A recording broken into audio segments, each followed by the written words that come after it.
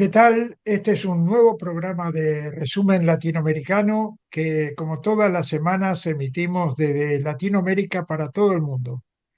Y vamos a comenzar el programa hablando de Argentina porque siguen pasando cosas muy interesantes, aunque también algunas de ellas un poco dolorosas para los de abajo, sobre todo. Esta semana, finalmente, el gobierno, a través de un parlamento colaboracionista, logró sacar adelante, por DNU, obviamente, pero aprobado por el Parlamento, el acuerdo con el Fondo Monetario. Y para hablar de esto y para hablar de la gran manifestación que el pueblo logró, a pesar de todos los aprietes de la ministra de Seguridad, vamos a hablar con nuestro compañero Claudio Katz. Él es de la Organización Economistas de Izquierda.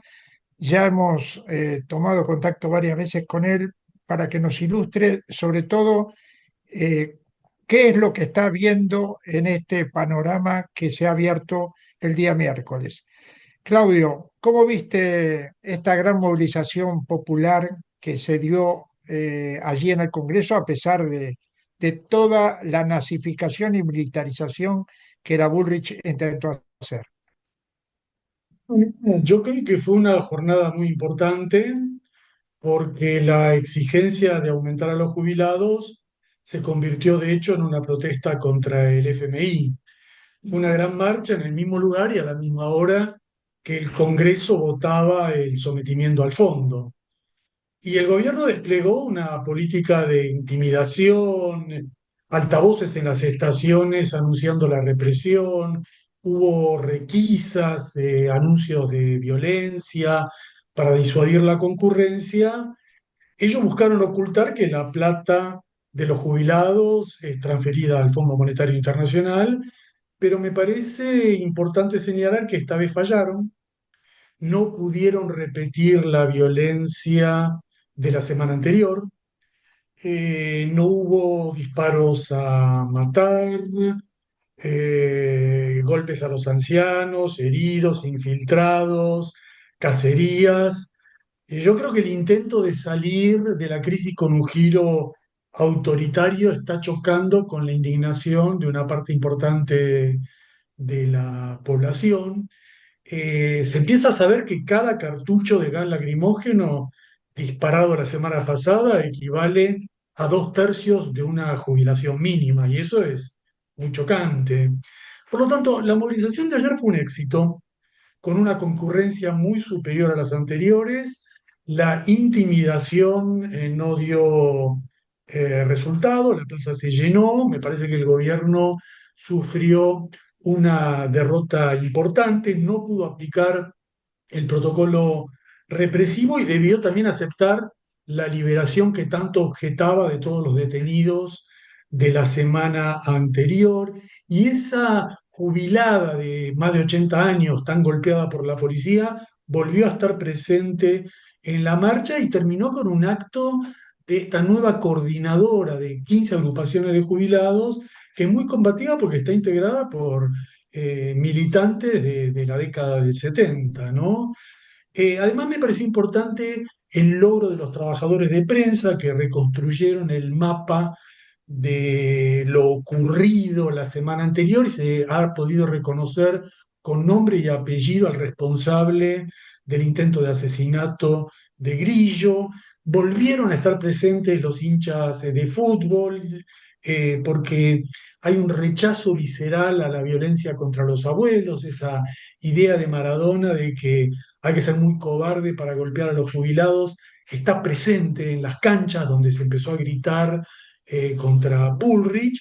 Por lo tanto, estamos en pleno proceso, veremos qué pasa el miércoles que viene, el 24, y si se concreta el paro de la CGT.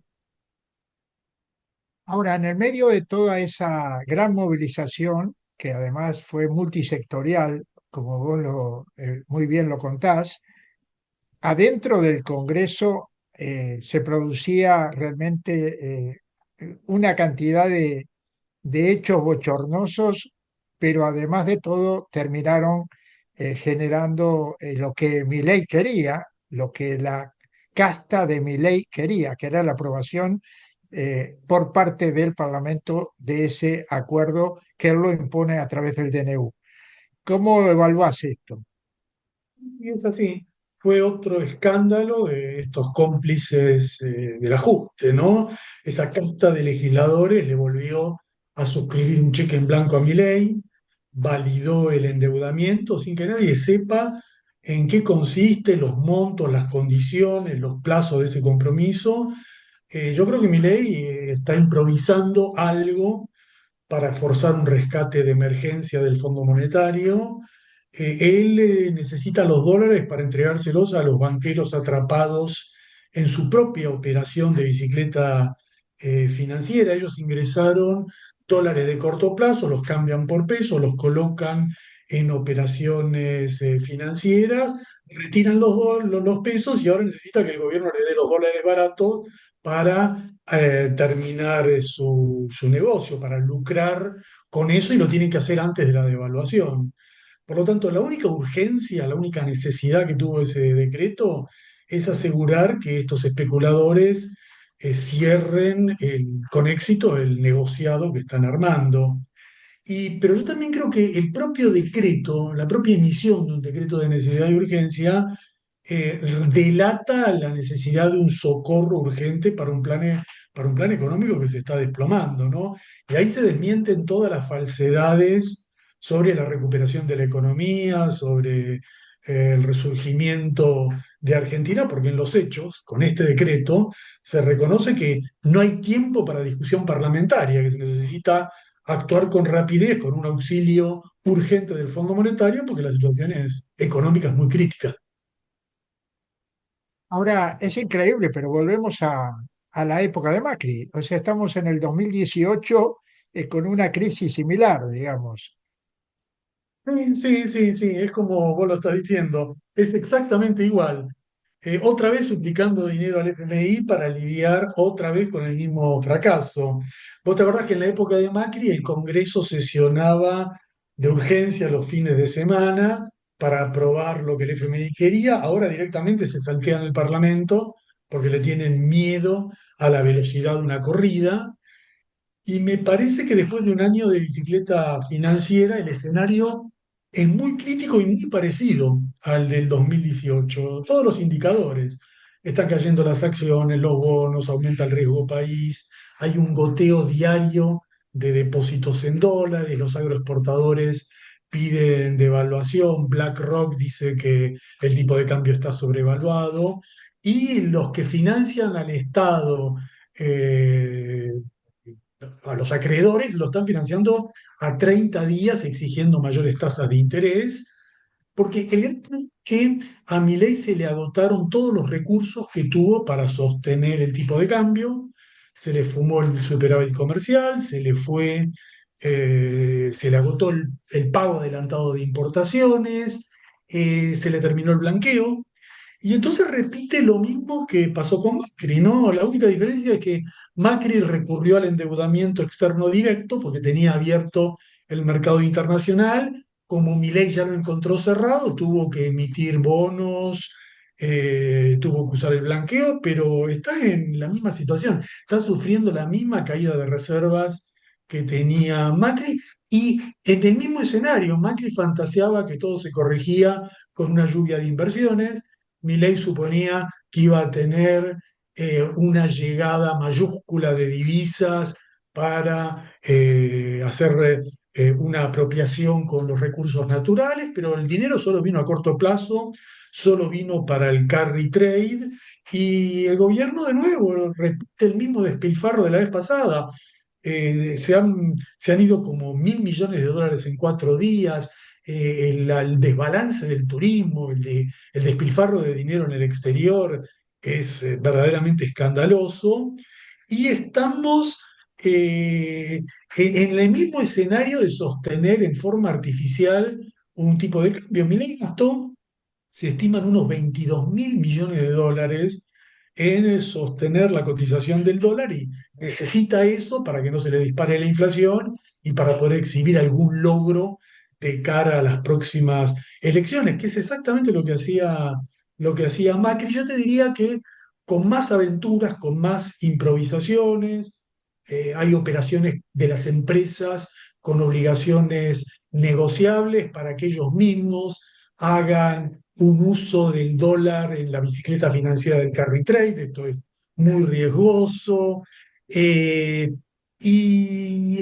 los argumentos son un poco más ridículos que antes, porque Milei está diciendo que no aumenta el endeudamiento, que él está usando recursos para sanear el desbalance del Banco Central, que tiene unas letras que se llaman letras intransferibles, y que al sanear eso va a corregir la inflación. Y es tan absurdo, tan disparatado, que ni siquiera los economistas del mismo palo le creen, todos se burlan, se ríen de esa tontería, porque es un simple malabarismo contable. Cuando vos sos acreedor de un título, ¿a vos qué te importa que ese título lo tenga la tesorería, lo tenga el Banco Central, lo tenga un organismo del Estado, lo tenga un organismo... A vos lo que te interesa es que hay un título que no cobras, que está en manos de un deudor impagable y que el gobierno hace malabarismos para refinanciar esos pasivos. Este es el punto crítico en el cual estamos.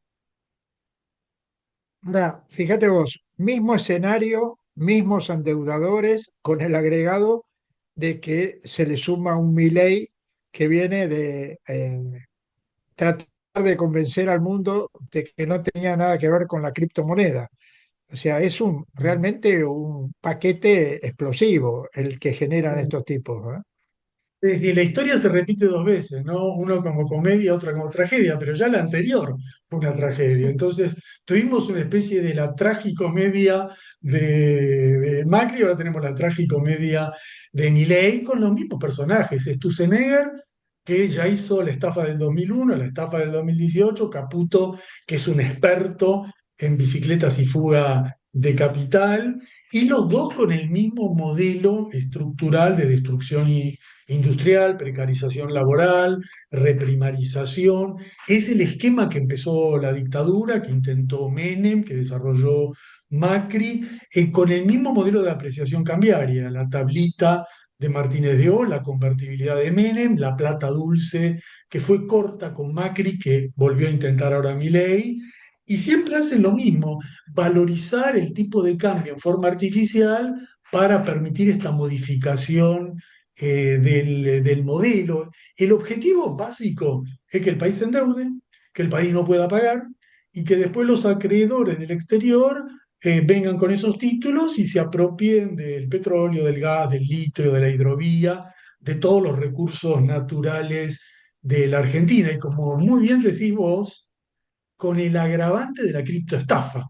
Digamos, ahí sí, acordemos que tenemos una singularidad de Milei en comparación con Macri, eh, y la criptoestafa ya es el colmo porque Milei intentó una operación aventurera yendo a lo más alocado de lo aventurero, lo que llaman los shitcoins.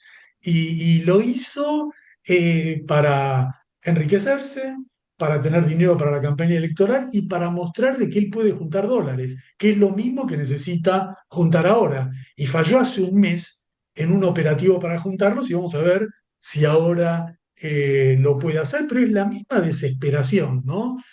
Y de la misma manera que nosotros siempre decíamos que las deudas se pagan, pero las estafas no, en el caso de Milei vale doble, porque ha hecho una estafa con la criptomoneda y ahora hace una estafa con el FMI. Entonces, nuestro lema en el caso de él tiene doble valor, por lo que hizo hace un mes y por lo que está haciendo ahora. Claudio, estamos hablando de una deuda doble del FMI. Hablaste de que el FMI se va a llevar los sueldos y las pensiones de las jubiladas y jubilados. ¿Qué más afecta para que entienda la audiencia lo que supone este nuevo préstamo que han pedido? ¿En qué le va a afectar a la clase trabajadora, a las mujeres, a las infancias? ¿Qué va a afectar eso? Es así de simple. El dinero que no hay para los jubilados lo lleva el FMI. El dinero que no hay para reconstruir Bahía Blanca se lo lleva el FMI. El dinero que no hay para mantener los tratamientos de cáncer se lo lleva el FMI. Y el listado es interminable.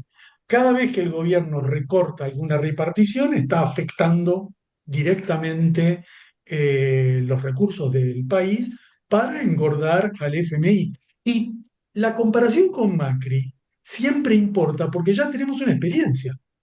Porque no es que estamos viviendo algo inédito, estamos simplemente repitiendo lo que ya vimos y ya vimos también cómo termina. Acordate que Milei, Macri pidió desesperadamente algún salvataje del fondo cuando la economía ya naufragaba para llegar a las elecciones y le dieron ese dinero. Y es exactamente lo mismo que están haciendo ahora. El FMI violó las normas internas para otorgarle un préstamo a Macri y volverá a hacerlo con el FMI. Recordemos que con Macri hubo un mega crédito a un deudor como la Argentina, que es insolvente, que no puede pagar, que es un incumplidor porque no tiene los recursos. Le dieron 44.000 millones de dólares, que es 13 veces lo que le hubiera correspondido a la Argentina por su participación dentro del FMI. Y ahora van a repetir lo mismo, porque el trasfondo siempre es este. El FMI es un intermediario de los grandes grupos extranjeros que quieren apropiarse de los recursos naturales.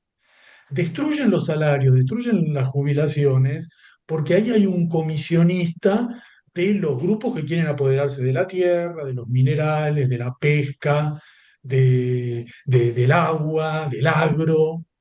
Y yo te agregaría que la única diferencia importante que tenemos es que el FMI sospecha un poco de lo que está haciendo porque ya tuvo la experiencia con Macri muy reciente, y por eso se ha puesto un poco más duro en la negociación con Milei, en las condiciones del crédito. Quiere evitar de que se repita la misma secuencia que terminó con el gobierno de Macri. Te prestan dinero, ese dinero el gobierno lo usa para entregárselo a los grupos que tienen que salir de la bicicleta financiera en la cual entraron, ese dinero se va, al país no le queda nada y nuevamente entramos en una situación crítica. En vez de acumular reservas, se transfiere los dólares a estos grupos y bueno, el FMI sabe que está con Caputo, que está con el mismo ministro de Economía que hizo toda la operación anterior y vos me decís cómo lo afecta directamente a alguien. Bueno, porque este acuerdo sí o sí termina con una devaluación. Lo que se discute es cuándo es esa devaluación, cuán intensa es esa devaluación y si se descontrola o no. Si termina siendo una bola de nieve que ya nadie puede manejar y se lleva puestos a todos. Por eso tratan de definir en el préstamo cuántos dólares van a servir para refinanciar la deuda del FMI y cuánto le van a entregar para ese rescate de los grupos de financistas. Ahora, el FMI sabe que esto termina mal, y como sabe que esto termina mal, el FMI quiere no solo un decreto de necesidad de urgencia, quiere una ley votada por el Congreso. Porque recordad que lo de ayer fue un decreto, y lo quiere por una cosa que se le escapó a Georgieva, a la jefa del Fondo Monetario, que recibió una delegación argentina y trascendió que le preguntó a todos si ellos pensaban que Milei terminaba su mandato. Tienen experiencia, la larga experiencia de la Argentina de cómo termina esto. Entonces, el FMI quiere reforzar su crédito con una ley del Congreso. ¿Cómo juega Trump en esto, Claudio? Ni confía que Trump va a repetir el auxilio que le dio a Macri, ¿no? Acordate que fue Trump el que le Sí. impuso el crédito de los 50.000 millones de dólares al FMI y por lo tanto Milei espera que le asegure ese dinero, al igual que como Macri, para ganar las elecciones. Y Trump está en eso, porque Trump tiene un lacayo aquí en la Argentina que es su gran servidor para las operaciones geopolíticas de América Latina, contra los gobiernos radicales, los gobiernos progresistas y sobre todo para intentar desplazar a China de la región. Pero fíjate lo que ocurrió hace pocas semanas con Zelensky de Ucrania. Recordá esa conferencia de prensa así bochornosa, con ese trato colonial, despectivo, burlón de Trump a Zelensky. Es la misma forma en la cual él en la intimidad trata a Milei, y cuando a Milei le vaya mal, de la forma en la cual lo va a tratar públicamente. Porque Trump le dijo ahora a Zelensky: yo te di un crédito de 500.000 millones de dólares, inventa lo que sea, vos ahora me das todas las tierras raras y todos los recursos de Ucrania. Y es lo mismo que es la misma estrategia para la Argentina. Es lo mismo que el FMI negocia y que el RIGI aprobó, que son un sistema privilegiado de contrato para todas las empresas que se quieren apropiar de los recursos naturales. Y la Cámara de Comercio de Estados Unidos y Argentina, es decir, el lobby de ellos aquí, está operando todos los días en el Poder Judicial, en el Poder Legislativo, para asegurar contratos que le aseguran a Estados Unidos el privilegio frente a otros inversores en el reparto de la torta de los recursos naturales de la Argentina. Por lo tanto, Trump lo va a intentar. Veremos si a Milei le va de otra forma de la que le fue a Macri.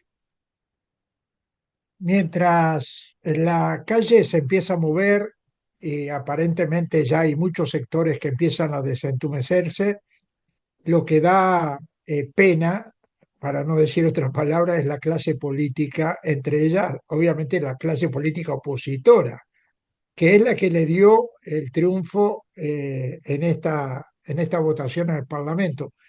Eh, ¿Cómo ves esa cantidad de diputados que se dan vuelta como una media, apenas los ven el dinero correr por allí? Sigue una lógica. La clase dominante argentina sostiene a Milei porque prefiere el ajuste contra el pueblo a resultados positivos de sus propios negocios, y sus representantes, el PRO, la coalición cívica, la UCR, aprueban todo lo que Milei les pide. Sostienen al gobierno como Massa sostenía inicialmente a Macri. Hay una coalición detrás de eso, con argumentos, los argumentos de siempre. Por ejemplo, Lilita Carrió dijo: si no aprobamos el DNU se viene la devaluación. Es el chantaje que ya conocemos, pero además sabemos que la devaluación viene igual. Va a votar el DNU y lo único que se está discutiendo es si la devaluación va a ser ahora o en octubre, y me parece que por el escenario actual, yo diría que es muy difícil que ya puedan cumplir el plan inicial, que es llegar a octubre con este dólar. Me parece que esa idea de Milei es difícil, es muy improbable. Alternativas para ir cerrando. ¿Cómo la ves Eh, en ese yo creo sentido? que si seguimos por este mismo camino, vamos a tener los mismos resultados. Mira, recordad que a Macri le dieron 44.900 millones de dólares, le pagamos 12.000 o 14.000 según los cálculos, y debemos casi lo mismo. ¿Mm? O sea, esa es la historia de la Argentina. Debemos más, hagamos más, y por eso no está el dinero que se necesita para tantas cosas, ¿no? Ellos, para reconstruir a Bahía Blanca, han ofrecido el 2,5% de lo que se necesitaba, y simplemente con el dinero que se pulverizó en 4 días alcanza y sobra para reconstruir Bahía Blanca. Por lo tanto, hay que ir por otro camino. Ese camino es el camino de repudiar la deuda con el fondo. Esa es la única alternativa realista, es la única forma de salir adelante, porque es una carga completamente insostenible para la Argentina. Nunca, ni nosotros, ni nuestros hijos, ni nuestros nietos, ni nuestros bisnietos podrán nunca saldar una deuda de esta magnitud. Y yo creo que lo más importante es aprender de lo sucedido con el gobierno anterior. Te digo esto porque ahí teníamos la gran oportunidad de modificar el escenario, dado que la deuda estaba muy deslegitimada por lo hecho por Macri, y salíamos de la pandemia, con lo cual había un escenario global que permitía planteos de alternativa. Y Alberto Fernández, el ministro Guzmán, el Parlamento, votaron la estafa, legitimaron la estafa y después retomaron los ruinosos acuerdos con el FMI, violando todas las promesas electorales. Entre las LEVAX y los jubilados, me quedo con los jubilados, no, se quedaron con las LEVAX y se aceptó ese verso ridículo que había un fondo monetario más sensible a los sufrimientos sociales, que iba a ser más contemplativo. Por lo tanto, en el gobierno anterior se repitió lo de siempre. Un gobierno que suscribe un acuerdo con el FMI para que le deje terminar su mandato y le traspasa el paquete al que sigue, después el que sigue hace exactamente lo mismo, y así se van transfiriendo la herencia unos tras otros mientras el pueblo sufre la misma frustración de siempre. Ahora, ayer el Partido Justicialista anunció que esta deuda, la de ahora, la nueva, no va a tener ninguna validez legal en el futuro. Bueno, pero si eso es lo que piensan, ¿por qué no lo aplicaron cuando fue el escenario anterior? ¿Por qué no lo dijeron cuando era la era Macri? ¿Por qué no lo instrumentaron bajo el gobierno de Alberto Fernández? Hay muy poca credibilidad popular en este tipo de pronunciamientos sumamente oportunistas. Por lo tanto, yo creo que hay que plantarse seriamente, hay que desconocer una deuda ilegítima, ilegal, que es una estafa, y sobre todo hay que superar un mito, la creencia que no podemos hacer nada con la deuda porque eso nos aislaría del mundo. Y yo creo que la realidad es todo lo contrario. Tenemos dos experiencias recientes, la de Rusia y la de Venezuela, donde tuvieron sanciones mucho más duras que las que tendríamos nosotros si decidimos tener una política digna sobre la deuda. Y el resultado es que fue un boomerang para los agresores, fue un resultado positivo para los dos países. Los perjudicados fueron los que hicieron el operativo, porque tanto Rusia como Venezuela recurrieron a la sustitución de importaciones, modificaron los destinos de sus exportaciones, recompusieron la industria. Venezuela relanzó su producción de alimentos y nosotros podemos hacer lo mismo. Hacer lo mismo sobre todo si revisamos, ante todo, la increíble estupidez de haber rechazado el ingreso a los BRICS, porque es evidente que un enlace del país con los BRICS resultaría indispensable para contar con un soporte alternativo frente al FMI. Los BRICS tienen ya una porción muy significativa del PBI mundial, tienen bancos de desarrollo, tienen estómago suficiente para aguantar países en situaciones críticas. Y el problema no es nuestro, el problema es del FMI, también eso hay que tener en cuenta. Se suele decir que cuando un banco tiene una gran deuda, el problema no es del deudor, sino del banco. Y acá es así. El gran problema del FMI es que el 30% de su cartera está en la deuda argentina. Y entonces nosotros tenemos una carta fuerte para plantarnos en forma muy consistente frente a ellos. Por lo tanto, me parece que tenemos que reconstruir soberanía, construir legitimidad política, apuntalar un proyecto transformador y todo eso lo vamos a hacer si forjamos un gran movimiento de rechazo al pago de la deuda. Y me parece que lo que necesitamos es mucha convicción y un trabajo colectivo para poner en marcha un movimiento que debe tener propósitos de movilización, pero también propósitos de frente político y de frente electoral, porque la bandera de la lucha contra el FMI, del desconocimiento de la deuda, podría o debería ser el punto de arranque de cualquier discusión política entre las distintas fuerzas del campo popular que quieren otro destino para la Argentina. Muy bien, Claudio. Muy bien, muy bien, muy claro. Y bueno, ojalá ese movimiento empiece a caminar prontito, porque los tiempos, la verdad que plantea el gobierno siempre nos apuran también a nosotros y nos marcan una agenda que tenemos que empezar a poner en práctica. Un abrazo grande, Claudio, y gracias como siempre. Gracias, abrazo y hasta la próxima.